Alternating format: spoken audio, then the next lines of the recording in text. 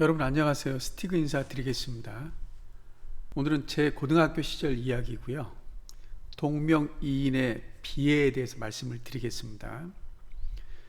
제가 성이 장씨고 이름이 땡땡인데 제 이름이 흔하지 않은 이름이거든요. 근데 저랑 이름이 같은 아이가 있었습니다. 그것도 같은 반에 있었습니다.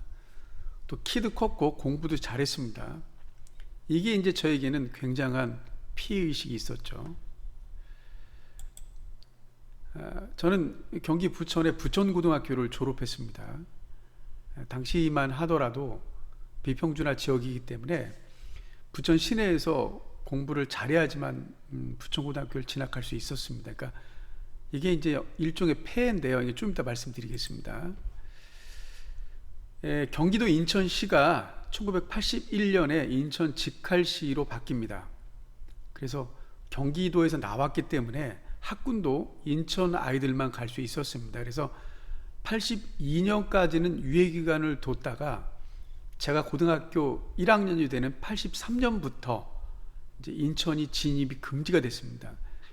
부천에서도 공부를 잘하면 인천고나 제물포고등학교를 갔습니다. 그리고 인천 기계공고도 갔었습니다. 그런데 인천이 직갈시로 승격이 되면서 경기도 부천시는 더 이상 이제 인천 기계공고 그리고 인천고 제물포고를 못 가게 됐습니다. 그래서 할 수 없이 부천고등학교 부천공고가 그때부터 좀 뜨게 되는 겁니다.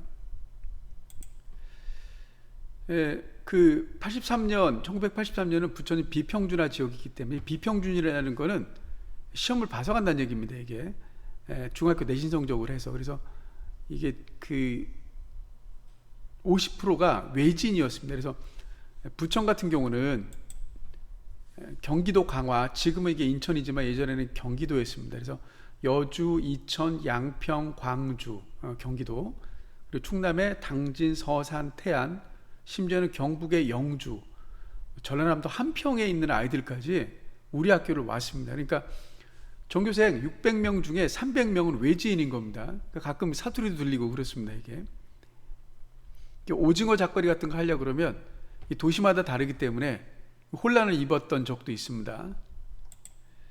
한 학급이 그 당시에 60명이었는데 총 10학급이 있었습니다. 제가 고등학교 때. 각 학년이 그 600명인 거예요. 그러니까 1, 2, 3학년 총 틀어서 그 1800명입니다. 어마어마한 학교죠. 지금 제가 근무하고 있는 학교는 8학급인데 한 학년이 채 200명이 되지 않습니다. 그러니까 전교생 해봐야 600명이 안 됩니다. 그 당시로 말하면 그 한 학년에 불과하죠, 전교생이.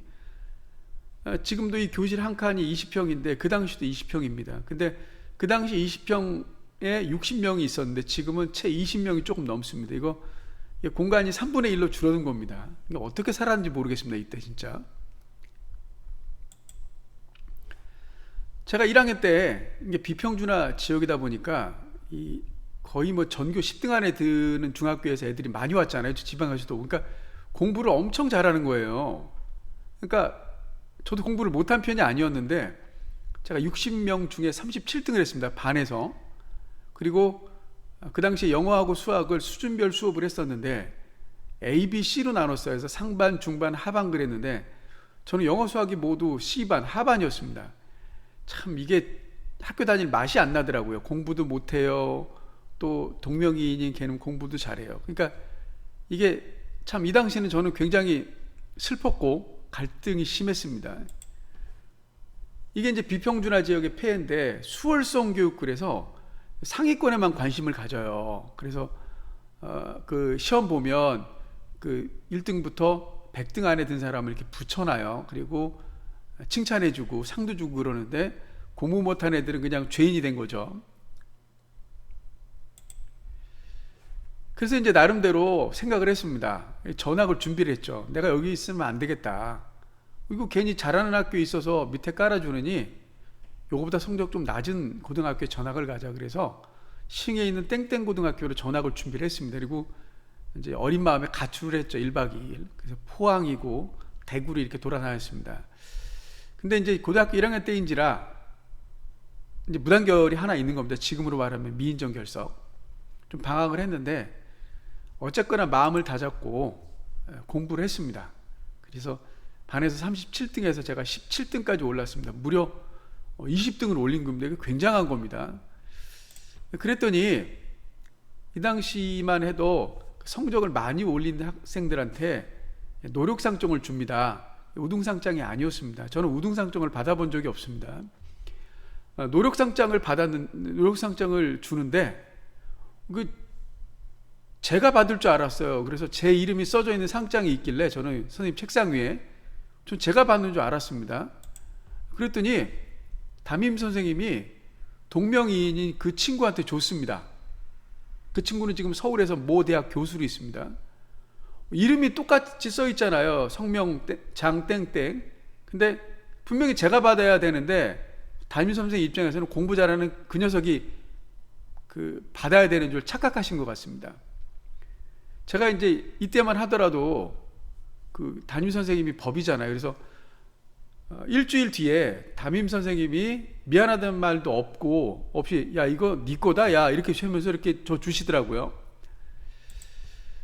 그 당시 상황은 그 선생님 말씀이 꼭 법이었습니다. 따질 수가 없었던 거예요. 지금 같았으면은 이거 난리 난 거죠. 담임 선생님이 알아보지도 않고 그 상장을 동명이인인 다른 사람에게 줬다는 건 참 선생님으로서의 어쨌든 세심한 배려가 없었던 거죠.